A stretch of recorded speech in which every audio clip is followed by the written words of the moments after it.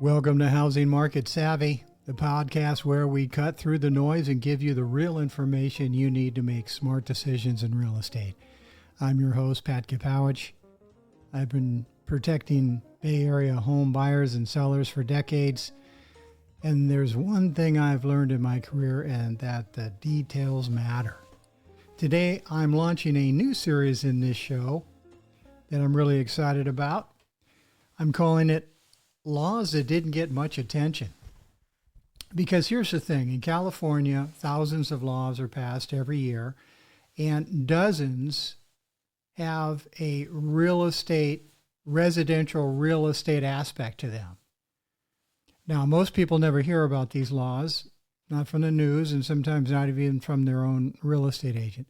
So today, I'm going to change that. And for our first episode in this series, I want to talk about a law that could save you, I'm not exaggerating here, tens of thousands of dollars in repairs and or litigation, maybe more. It's called Assembly Bill 968. It went into effect July 1st, 2024. And if you're buying or selling a home that's been recently renovated, you need to know about this.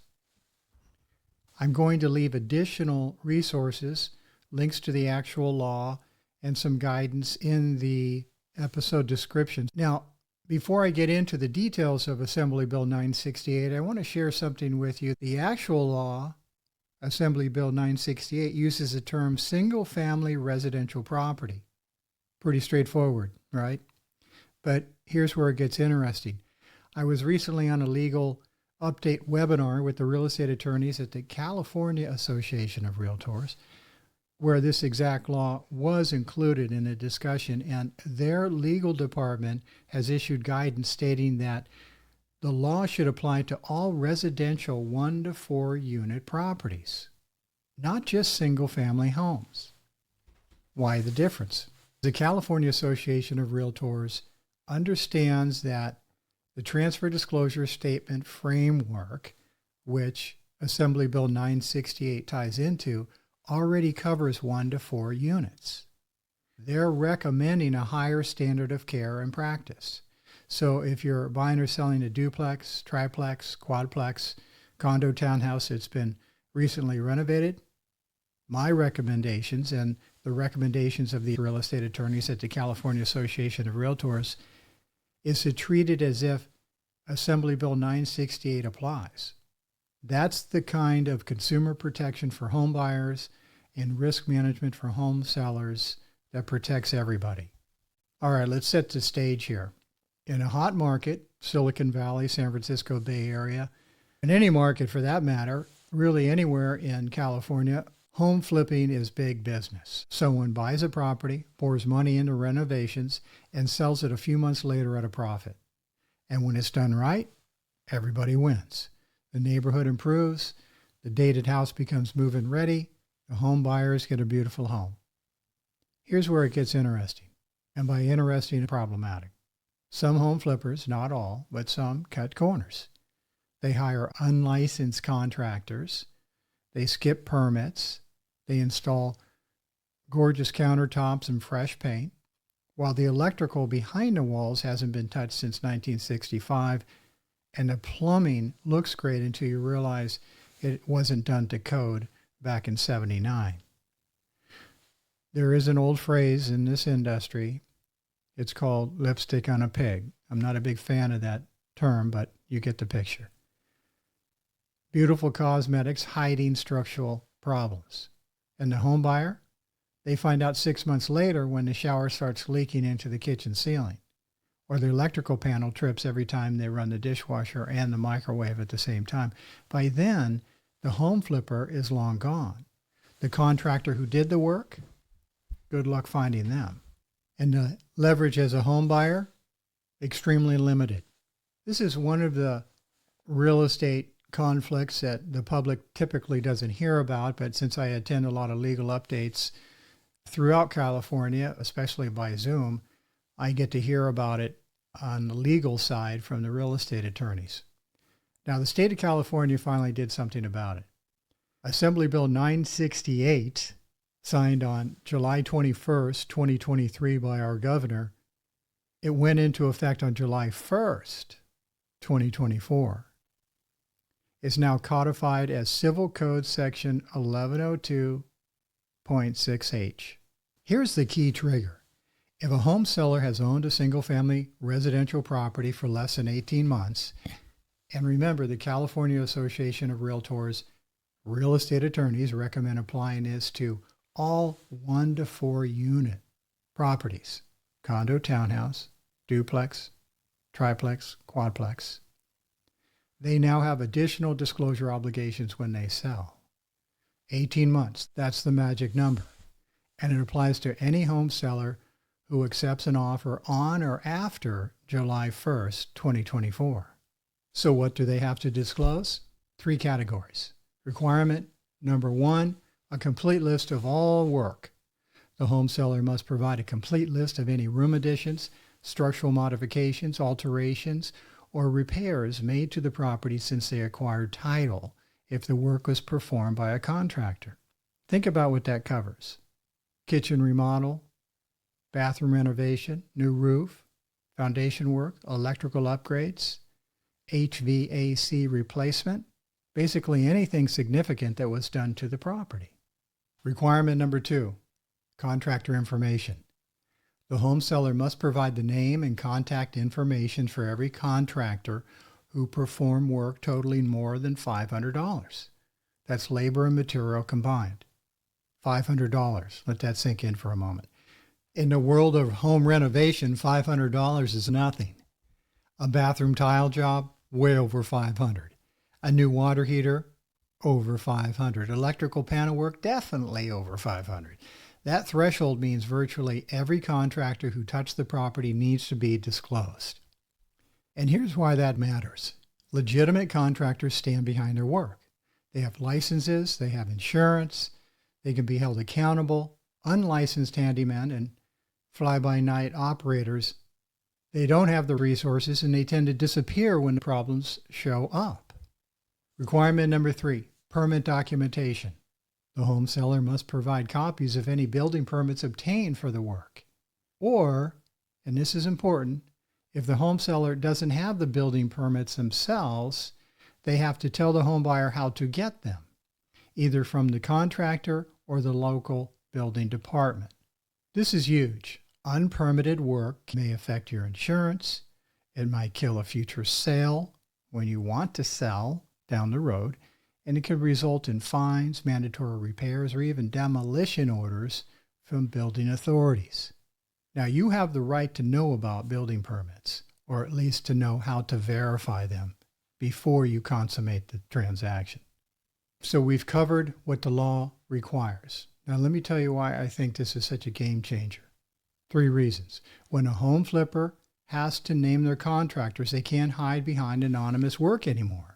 And if something goes wrong 6 months after you move in, you know exactly who did the work. You have the names, you have the contact information. That's leverage you didn't have before. Second, permit verification. I cannot stress this enough. Before Assembly Bill 968, home buyers were often flying blind on building permit status. You'd ask about building permits, get a shrug, and hope for the best. Now, homeowners, within that 18-month window, have a legal obligation to provide building permit documentation or tell you how to verify it yourself. Building permits are public record. You can check with the building departments. That's real transparency. Third, legal leverage. And this might be the most important one. If a home seller fails to disclose required information under Assembly Bill 968, you as a home buyer may have grounds to rescind the sale or pursue damages. That's real legal protection that simply did not exist before July 2024. Let me say that again. Non-disclosure can mean rescission or damages. That changes the calculus for home sellers within that 18-month window. It creates real incentive to be transparent. Now, I want to clarify something important here because people hear home flipper disclosure law and they assume it applies to professional house flippers. That's not quite right. The law applies to any home seller who owned the property for less than 18 months and had contractor work done, any home seller. Say someone bought a home, got transferred for work, and is selling sooner than they had planned. If they had renovated the kitchen before listing, Assembly Bill 968 applies to them. They're not home flippers. They're just someone who had to sell quickly. But the disclosure requirements are the same. The law is triggered by the timeline, 18 months, not by whether someone calls themselves a home flipper or an investor or just a homeowner who had bad timing. Remember what I said earlier. While the statute says single family, California Association of Realtors legal department recommends applying this standard to all 1 to 4 unit residential properties. It's also worth noting that this law works alongside the existing transfer disclosure statement requirements. The same exemptions apply: foreclosure, certain estate sales, some trust sales, probates. For most residential transactions involved in recent renovations, this law is in play. So if you're a home buyer, and especially if you're looking at a home that seems like it's been recently renovated, here's what I would do. Step 1, check the ownership timeline. How long has the home seller owned the property? This is public information. Your real estate agent can also help you find it. If it's under 18 months and there's been renovation work, Assembly Bill 968 disclosure should be part of your transaction. Step 2, ask specifically about Assembly Bill 968. Don't assume the real estate agents know about this law. Ask them directly. Does this sale require Assembly Bill 968 disclosures? Make sure you receive the contractor information and building permit documentation you're entitled to. Step 3, verify the permits independently. Just don't accept a list or file it away. Actually check with the local building department. Permits are public record. You can verify that the work was permitted, inspected, and signed off. This takes some effort, but it's worth it. Step 4, get a thorough home inspection. Assembly Bill 968 gives you more information, but it doesn't replace professional eyes on the property. Use the contractor disclosures to guide your home inspector toward areas of recent work. Knowledge is power in real estate. Assembly Bill 968 gives you more knowledge. Use it. By the way, I recommend a full suite of inspections. The home inspector, also known as property inspector, is a generalist. Heating, plumbing, electrical, roof, chimney. What I like to do, and I recommend, is a full suite of inspectors will arrive at the property, preferably following the home inspector, who will call out issues requiring a specialty.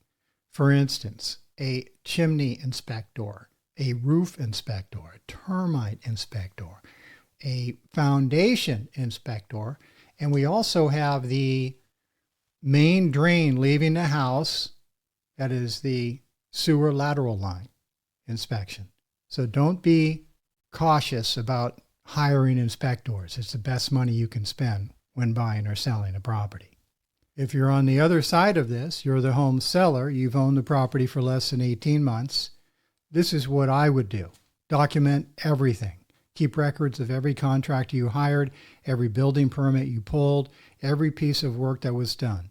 The California Association of Realtors has updated their transfer disclosure statement. That's a seller questionnaire. The ramifications of non-disclosure by a home seller can include rescission of a sale, liability for damages. That's far more expensive and far more stressful than just being transparent up front. Disclosure protects homeowners as much as it protects the home buyer.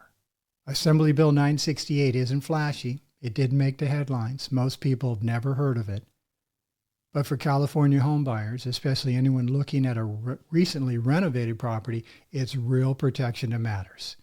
That's exactly why I started this series. There are laws in the books right now that can play a role in your home sale or your home purchase, and nobody's talking about that. I'm Pat Kapowich. I'm based here in my hometown in the heart of Silicon Valley, and I've helped navigate home buyers and sellers through hundreds of transactions, through every imaginable economic cycle in our housing market. And I've done that successfully by paying attention to the standard of care and the standard of practice. So subscribe to Housing Market Savvy, because this is just the first episode in the Laws That Didn't Get Much Attention series. If you or someone you know is thinking of making a move in Silicon Valley or surrounding areas, reach out. And if you're outside of my service area, I will find a credentialed real estate agent who can help you in your market. Thanks for listening. I'm Pat Kapowich. This is Housing Market Savvy.